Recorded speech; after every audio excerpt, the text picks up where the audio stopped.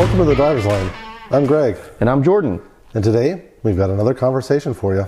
Today's conversation is looking back at our history of cars in our garages and looking at what are the best vehicles we've owned in the past that maybe we wish we held on to and which ones we were happy to get rid of. Yes, which ones we were happy to see go off to that great car lot in the sky. Exactly. So we did set parameters that we could not include current cars that we own because obviously we love those. Yes. So we don't want to talk about those again exactly. Because they would probably fall into our best. But we wanted to tell you guys about some of the best cars we've owned in the past and some of the worst. Yeah, so hopefully make some good suggestions for you guys. So starting off, we're going to kick it off with our best choices. So former cars that we really enjoyed. So for me, it's a car that I actually leased because it was kind of coming up on new technology at the time, and we're actually seeing that technology become more and more prevalent now. And for me, Ram Charger, what? Yep.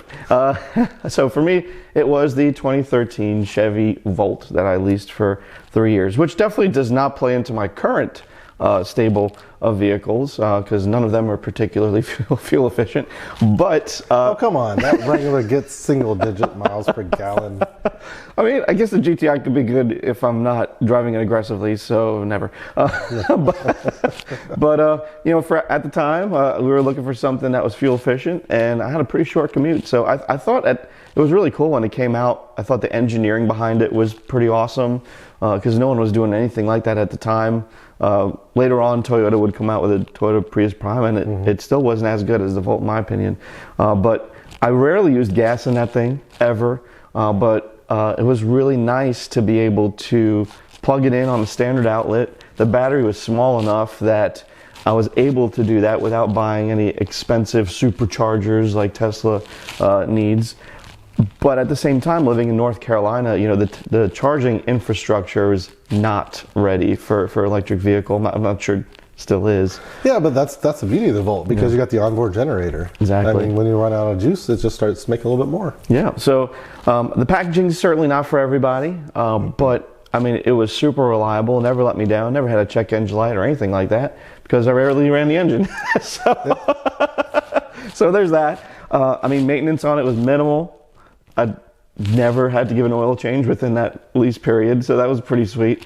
And I think I had, at one point, I was using electric energy so much that it forced me to burn gasoline at one point, which was pretty weird. But yeah, I think it was a really awesome vehicle. I kind of regret giving it up, but at the same time, a buyout on that was crazy, and technology has definitely improved. Well, right. I mean, that's the challenge with some of those early, like plug-in hybrids or even old EVs and things of that nature, because that technology has come so far in the period of. Well, the Volt was a great idea. It was honestly probably a little bit too early. Yeah. Definitely for like the mainstream consumer to go ahead and adopt it because it just was too unique at that point in time. And of course, GM kind of failed it with some of the plastic fantastic stuff at the time too, just not giving it the interior that it really deserved. Right. But I thought it was a great car. I actually had the opportunity to drive one at an auto show, and you just love that instant torque. I mean, that was like my first time in an EV, and just feeling that instant torque kind of zip you along. It's great for city driving. It's perfect. It's not a sports car, but it's gets the job done well. Yeah. I think if they had packaged it into like an Equinox, for example, or some type of GMC SUV or something like that could take a little bit more of a price hit and given it a proper interior, probably would have done a little bit better in terms of sales. But yeah. So there you go. Shout out Chevy Volt. Pick one up if you can, if you're in the market. I think they're awesome vehicles. Well, my best vehicle is a tie because I've owned two of them. Oh, okay. So it is a tie between my 2006 and 2009 NC Miatas. Miata is always the answer. I felt this way for quite some time. Fair point. And they were both just fantastic little sports cars. They do everything you ask them to. They're tunable, they're moddable, and they're also perfect left alone. My 2006 I actually didn't mod at all. I left it completely stock, enjoyed it perfectly. 2009 I went a little crazy with. I tuned it for a track car, roll bar, full, all that kind of fun stuff. And then immediately sold it. Yes, but it wasn't any fault of the Miata. It was just trying to time the market right and kind of getting ready to move on to something else. So both fantastic cars. I would totally have another Miata in my garage sometime in the future. And every generation is great. They have their own little quirks, pluses and minuses, but I love the NC generation just because it comes with that torquey MZR engine, super reliable. Yeah. Zero faults on my 2009. The only issue on my 2006 was a thermostat. Right. Easy peasy. And I think it's a really good call out with the Miata. I mean, it's well known for its abilities to be driven above its weight class, and I think it's one of the few cars where no particular generation is necessarily worse than another one. They're just different. Yes, exactly. If you want the old analog experience, an NA is going to be perfect for you. Yeah. If you want something that kind of cuts between the two, NB. You want something that's got the modern conveniences but doesn't cost a lot, the NC is perfect because it shares a lot of parts with the RX-8, has advanced suspension design, and then if you got money, you can go ahead and buy the ND. If you got money. Yeah, I mean, I've driven a few Miatas in my day, and I think that they are just superb vehicles. If you can make it work for your lifestyle, I think they're without a doubt, like, they should be a garage staple. Absolutely. Because Mazda is one of the only people out there doing affordable roadsters nowadays. Unfortunately, the market, I think, has really paid attention to that because the prices on some of these Miatas has gotten crazy. Yeah, they've gotten tough. Right, Yeah, totally understand why you wanted to time that and try to make some money off yours. But I think they're awesome choices for sure. Great choice. Excellent. Yeah. So now we're going to shift gears and look into our deep, dark past of cars that we don't enjoy and are happy that we got rid of. And for me, it's going to be a tough one, but I got to call them out. So this is hard, but I've always enjoyed the Oldsmobile Aurora. I think when they came out, the design was stunning. I think it was something that really could have taken Oldsmobile in a different direction. I think the name Oldsmobile is probably something that probably dragged it down a bit, I'm not gonna lie. Right, but that's the reason why they didn't put the Oldsmobile badge anywhere on the Aurora, is the Aurora badge. So I did own a second generation, 2002, so the styling was a little bit more tamed down, a little bit more mainstream, but the interior was super nice. Basically cousins, right, of the Cadillac SLS and STS. But the electronics on those things really drove me crazy. It's a shame because the suspension tuning was fantastic. Just a plush, nice ride, not super floaty. It was great when I was moving between New York and North Carolina. Taking those 700-mile trips back and forth was just completely flawless. I mean, it's perfect for that.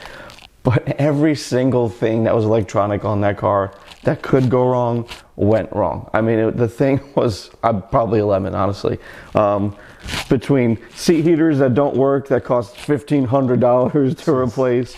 I mean, all the different sensors circulating around that short star V6. It's just everything that could have gone wrong electronically did, and it made it such a nightmare to maintain, which is really such a shame because I think those things are so cool and are definitely undervalued, I think, in the greater space of the automotive realm. But maybe it's because there's such a pain in the butt to keep going, keep on the road. No, I mean that's just unfortunate because the car, when it performed, was excellent. Yeah. Inside and out, it was just great, comfortable place to be, decent performer, great highway cruiser. You just weren't able to use it that way for a long time, and that's just the unfortunate piece of it. And I love the Auroras too, especially the original. The original was just such a classic, timeless design. A little bit unique, but just didn't look like anything else on the road. And then, of course, you got the North Star Power underneath the hood, which was really, really cool in that space. Yeah, I mean, compared with like the traditional style Cadillacs and Buicks, I guess, of that era, it was way different, way super futuristic. So definitely like a rolling sculpture, I think. Of that time. Yeah. When it rolled. So there you go. So unfortunate. Mine is not for reliability purposes because mine was reliable as the top. Okay. So reliability was not the reason I hated it. It was pretty much everything else. So, ouch. I bought this vehicle to replace my 2006 Miata, and I wanted the Miata of sedans. I just thought it needed something a little bit more spacious, a little bit more luxurious. So I really wanted to find something that was Japanese, luxury, manual transmission, rear-wheel drive.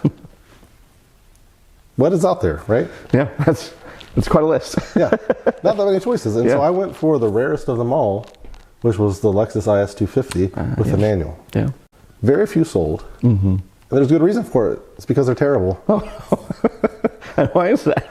Well, part of it's because you think, especially coming out of a Miata, that 200 horsepower is going to be enough out of that V6 engine, and it's not.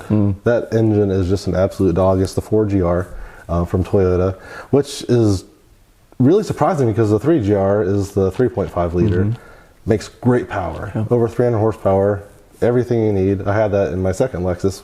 Great power plant. Yeah.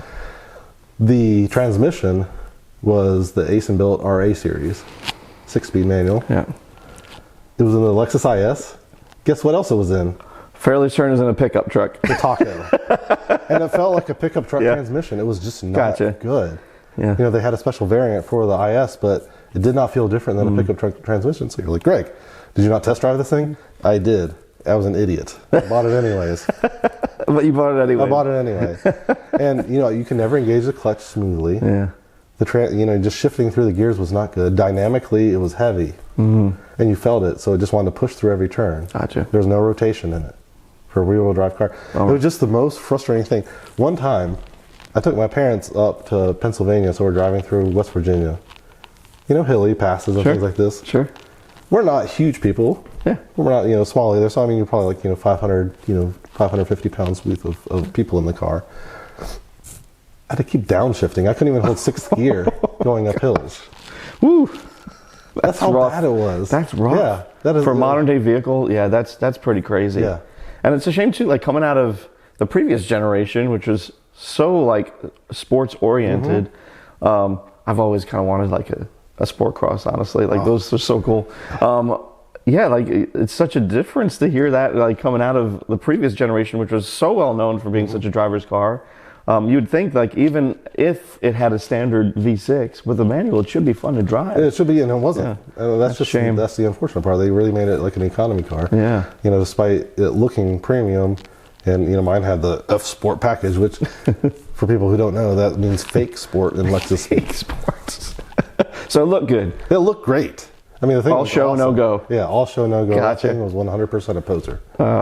That's unfortunate. Well, it's a good thing that's out of your garage then, because you are definitely not that person anymore. Long gone. For sure. Well, we hope you enjoyed looking back at our best and worst lists of our garages. Some good decisions, some bad ones, but we wanted to share them with you to let you guys know what might be a good option for you, what might not be. Absolutely. And feel free to let us know in the comments any of your best and worst choices in the past so we can have a discussion about that. Yeah, we'd love to hear them. Yeah. So keep on tuning in, like and subscribe, and we will see you next time. See you next time.